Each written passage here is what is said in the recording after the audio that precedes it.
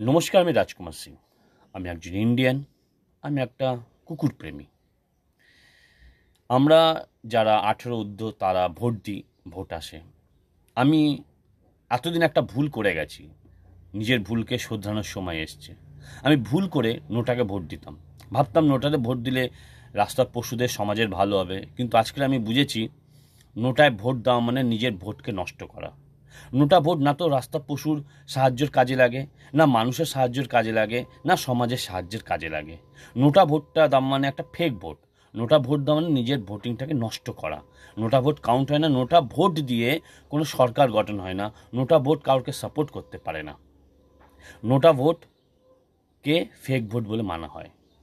নোটা ভোটের পরে যে হায়েস্ট থাকে যে পার্টি, সেই সরকার গঠন করে। তার মানে নোটা ভোট দেওয়া মানে নিজের ভোটিং পাওয়ারকে নষ্ট করা। কারণ নোটা ভোট দিয়ে না তো সমাজের লাভ হয়েছে, না মানুষের লাভ হয়েছে, না রাস্তার পশুদের লাভ হয়েছে।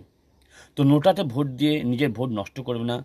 যে কোনো পার্টিকে ভোট দিন, লক্ষ্য করবেন যে 1% হলেও পশুদের জন্য ভাবে, 1% হলেও মেয়েদের সেফটির জন্য ভাবে, 1% হলেও সমাজের ভালোর জন্য ভাবে। সমাজ মানে ভারতের কথা বললাম।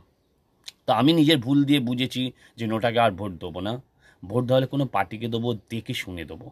তাই নোটাকে ভোট দিয়ে নিজেকে বোকা বানাবেন না। Thank you. আশা করি বুঝতে পেরেছেন। জয় হিন্দ।